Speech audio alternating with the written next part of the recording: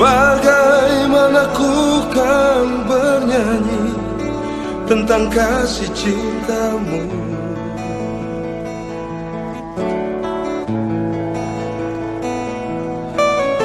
Dapatkah ku rangkai puisi tentang pengorbananmu?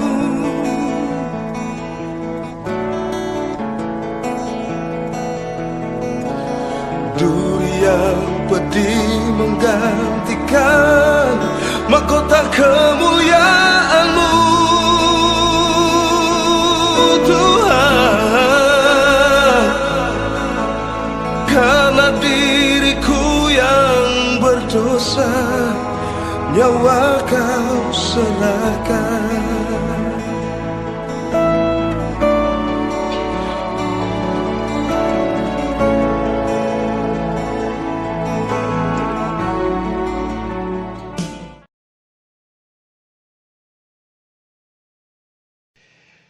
Saudara-saudari santapan jiwaku, pada hari ini gereja merayakan peringatan akan kematian Yesus.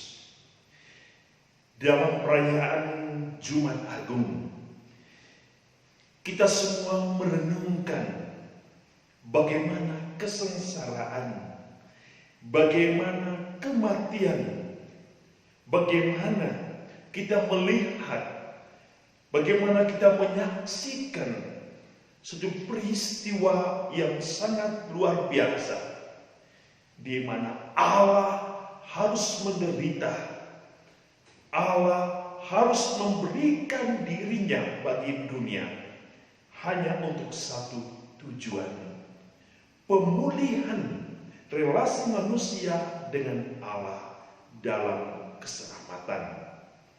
Saudara-saudari, peristiwa hari ini adalah peristiwa yang begitu epiknya, di mana kita bisa melihat, kita bisa menyaksikan perjalanan salib Kristus. Perjalanan yang bukan hanya dimulai saat Ia dinyatakan, diteriaki salibkanlah Dia, tetapi Ia sudah memikul salib sejak pertama Ia hadir di dunia. Ia lahir dalam sebuah tempat dan kandang yang kotor. Ia sudah harus memikul salib itu. Selanjutnya dalam seluruh perjalanan hidupnya, dalam seluruh karya pewartaannya, Ia ditolak, Ia dicaci maki, Ia diancam, Ia ingin dibunuh, Dia dikejar-kejar. Ia mengalami jalan salib yang panjang. Tetapi Ia terus berjalan dan berjalan. Walaupun perjalanan tertatih-tatih yang penuh dengan beban, tetapi Ia harus sampai untuk menyelesaikan misi keselamatan ini. Saudara-saudari, hari ini kita mendengar satu kisah kesengsaraan Yesus di dalam Passion of Christ, di mana kita mendengar, kita bisa melihat bagaimana perjalanan cinta Tuhan untuk menghadirkan cinta bagi manusia melalui suatu penderitaan. Ini adalah suatu cinta yang luar biasa, memberikan cinta melalui suatu penderitaan dan perjuangan. Saudara-saudari, dalam bacaan pertama dari kitab Yesaya, kita sudah bisa mendengar bagaimana Yesaya berbicara tentang anak manusia yang ditolak, yang dibunuh, yang harus wafat bagi manusia. Dan hari ini di dalam kisah sengsara Yesus, Allah menyatakan kesengsaraan itu dengan Yesus memanggul salib ke puncak kemuliaan.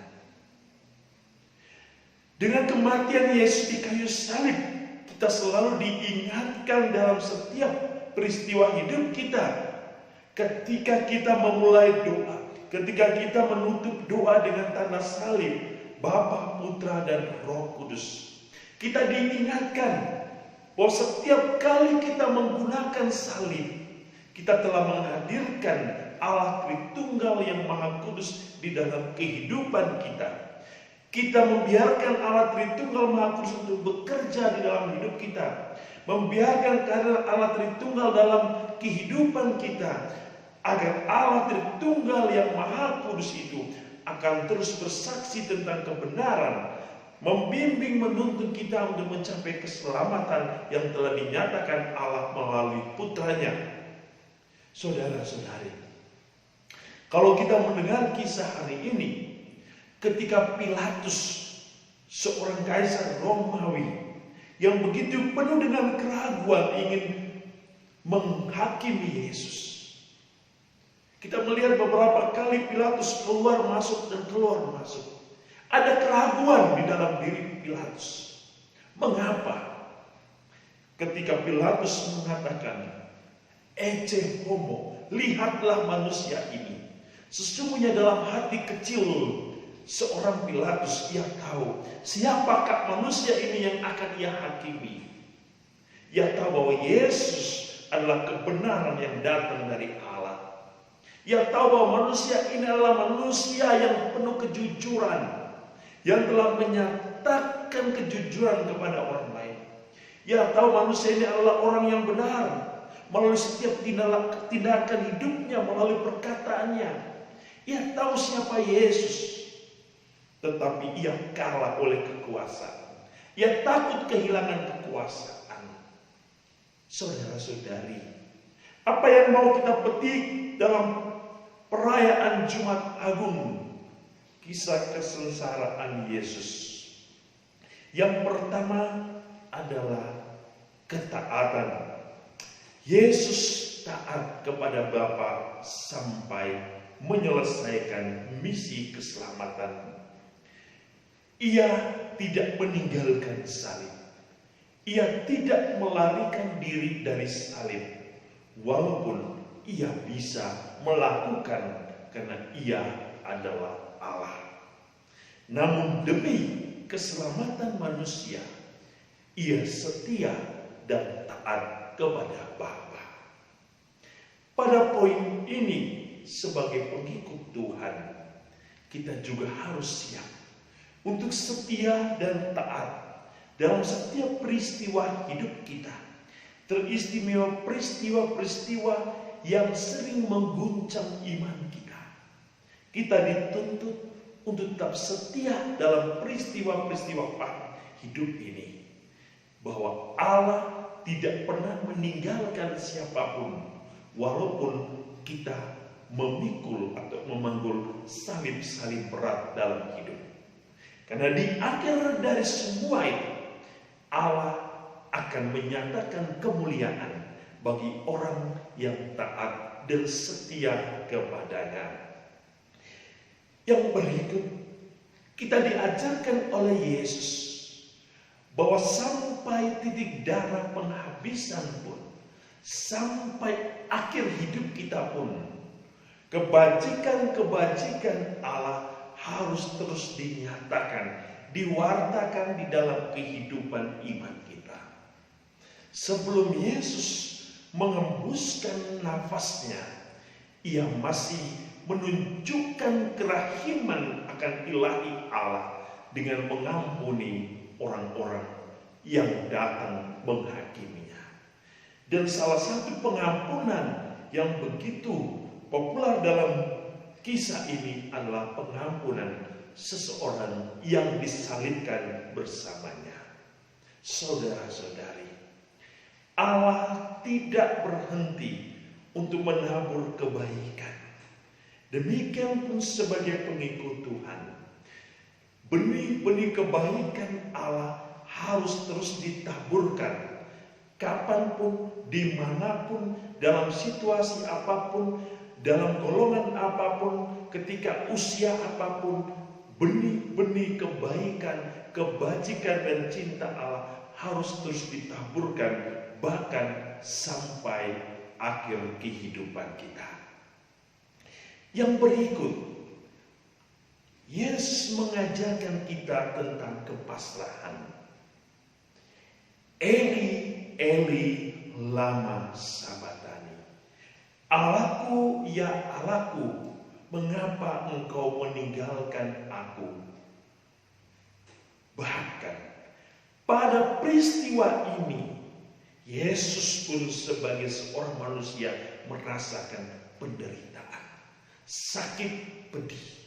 Tetapi ia tidak pernah meninggalkan akan kekuatan Allah.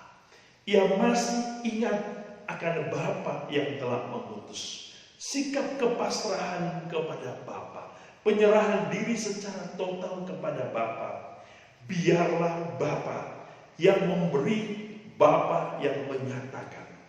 Kita pun di dalam kehidupan kita, kepasrahan berarti sikap total untuk menyerahkan diri kita, hidup kita kepada Allah yang menyelamatkan.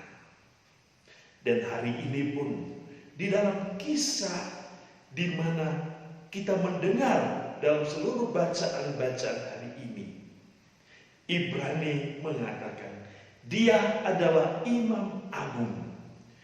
Artinya ia adalah pemimpin yang akan terus menuntun, membimbing kita semua sampai kepada kehidupan kekal. Ia akan terus menyerahkan segala sesuatu yang terbaik buat manusia. Ia akan memberikan yang terbaik bagi manusia agar manusia terus diselamatkan. Dialah imam agung sejati. Maka kepercayaan, keyakinan kepada imam agung ini harus terus dinyatakan dalam kehidupan Kristiani kita. Teristimewa ketika kita merenungkan karya paskal misteri Allah dalam sengsara, wafat, dan kebangkitannya. Setiap kali kita menerima tubuh dan darah Kristus, kita harus disadarkan bagaimana darah dan air yang tercurahkan dari tubuh dan lambungnya mengingatkan kita akan pembaptisan dan juga akan ekaristi yang kita rayakan. Darah yang tertumpah dari lambung Kristus mengingatkan kita makna pembaptisan kita, bahwa air dari lambung Kristus ingin memulihkan, membersihkan dan menyucikan hidup manusia agar setiap manusia terus dipulihkan, dikembalikan kepada citra Allah sendiri setelah manusia mengalami kegelapan. Darah Kristus yang tertumpah di kayu salib dari tubuhnya yang mulia mengingatkan kita bahwa setiap kali kita menerima tubuh dan darah Kristus, kita menerima keselamatan dari Allah. Maka merenungkan makna kehidupan Kristiani berarti kita merenungkan diri kita sebagai anak-anak Allah. Maka marilah saudara-saudari merenungkan, menghayati kematian Kristus berarti kita ingin tinggal, kita ingin berjalan bersama Kristus di dalam jalan salibnya.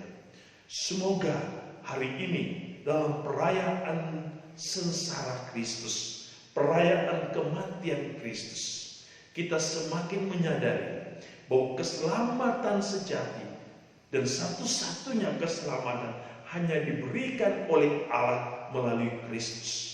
Dan melalui kematian Kristus, kita juga diberikan harapan bahwa Kristus pun akan mengalahkan kematian. Kristus pun akan mengalahkan kegelapan. Kristus akan mengalahkan dosa.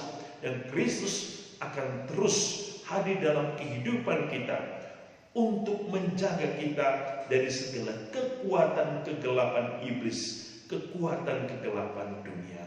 Semoga darah yang tertumpah di kayu salib akan terus menyucikan hidup kita dan selalu memberkati kehidupan iman kita dengan berkat-Nya yang mulia, dalam nama Bapa dan Putra dan Roh Kudus.